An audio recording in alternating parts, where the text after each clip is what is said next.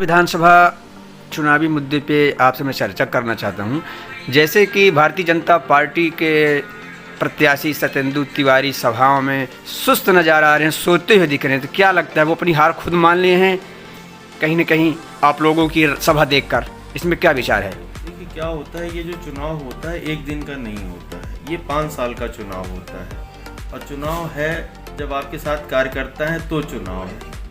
5 साल में उन्होंने कार्यकर्ताओं के साथ जो व्यवहार किया वो आज उनको देखने को मिल रहा है।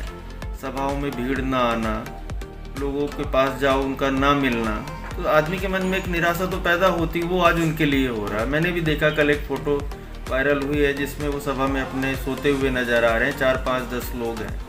तो चुनाव 5 साल का होता मेरे अनुसार, मेरा मानना है। जैसा भी सुनने में आ रहा है कि पोस्टर बैनर फाड़े जा रहे हैं, ये क्या वजह है? कि लोगों में डर है कि क्या है, किस वजह से पोस्टर बैनर फाड़े जा रहे हैं?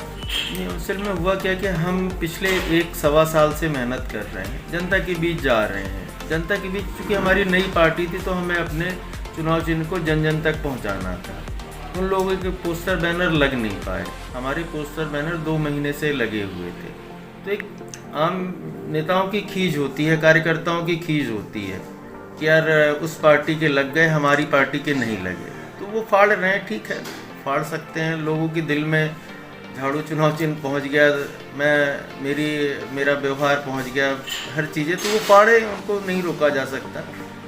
जनता के मन में हम पहुंच चुके, जनता के मन से वो नहीं निकाल सकते हैं, फाड़ जरूर सकते हैं। तो करें, क्या किया जा सकता है। एक अपने आप को बड़ी पार्टी के प्रत्याशी मानते हैं, एक पिछले पंचवर्षीय के पहले अगर देखा जाए तो लगातार विधायक रहे। आप इन दोनों में से किससे मानते हैं कि हमारा टक्कर है? देखिए, चुनाव कोई टक्कर का नहीं होता। आप जनता के बीच जब पहुंच रहे हो, अपनी बात रख रहे हो, चुनाव उस चीज़ का है। पार्टियां बड़ी और छोटी होने से मतलब नहीं होता, ना किसी चीज़ का टक्कर होता है।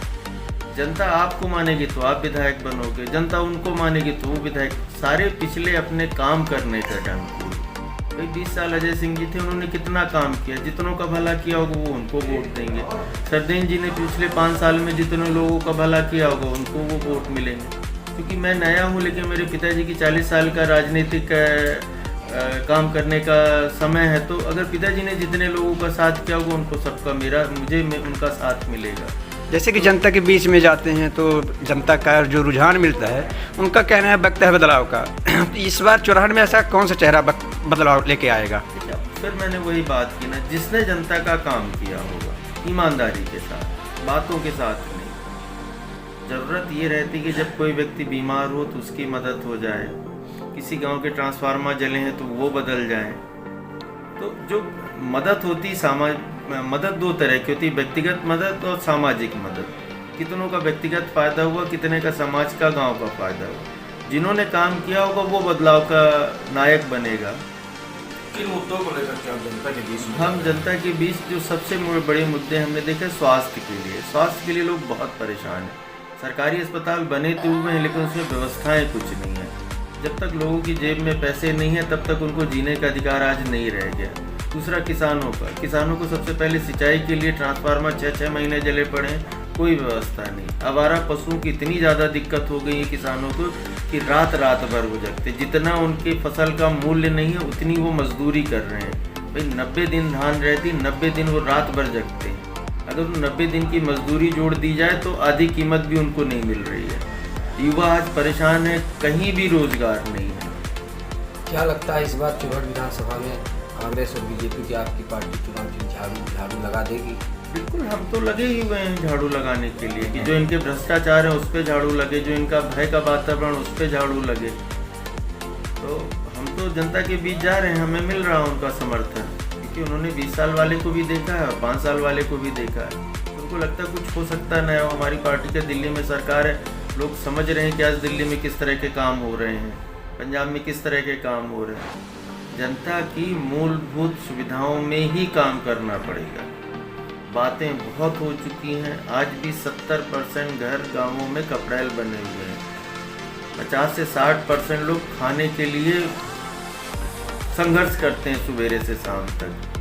भारतीय जनता पार्टी तो बोलती है कि हर घर में गरीब भूखा नहीं है, हर व्यक्ति को आवास मिल रहा है, और आप बोल रहे हैं कि आज भी 5 किलो एक व्यक्ति एक महीने में 20 किलो अनाज खाता है। आप लिखा है देखिएगा 20 किलो अनाज खाता है, उसको मिलता कितना है 5 किलो, और 5 किलो में भी कोटेदार उसमें डाढ़ी मार देता है तो 3.5 किलो ही मिलता है।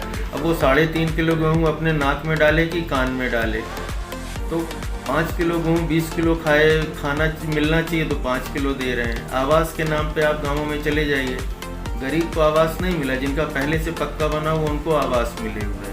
अभी आपने उसके बाद जिन गरीबों को आवास मिल भी गया तो 30 हज़ार रुपये सेक्रेटरी और रोजगार सहायक खा जाते हैं। अब 1,20,000 में घर बनता है। आप गांव में जाइए, लोगों की छत नहीं पड़ी है, पन्नी डाल के रह रहे हैं, टीना डाल के रह रहे हैं। जैसे कि अभी आपने किसानों को लेकर एक बात कही, क्या लगता है आपकी सरकार बनेगी तो गेहूं का रेट क्या होगा, धान का क्या रेट होगी? देखिए, गेहूँ और धान के रेट से मतलब नहीं है, वो एक जगह से तय नहीं होता है। उसके लिए बहुत बड़ी बात करनी है। हर जगह कहीं 2,000 रुपये मिल रहा, 2,200 मिल रहा, 2,500। हमें ये करना पड़ेगा उनकी लागत निकाल के कि उनकी कितनी लागत निकल रही है, और उसके हिसाब से उनके रेट तय करने पड़े। किसानों को स्वयं हो कि भैया हम इस रेट में बेचेंगे। कोई भी चीज़, सीमेंट फैक्ट्री आज वो अपने आधार पर ना रेट तय करती कि हमको किस रेट में बेचना है।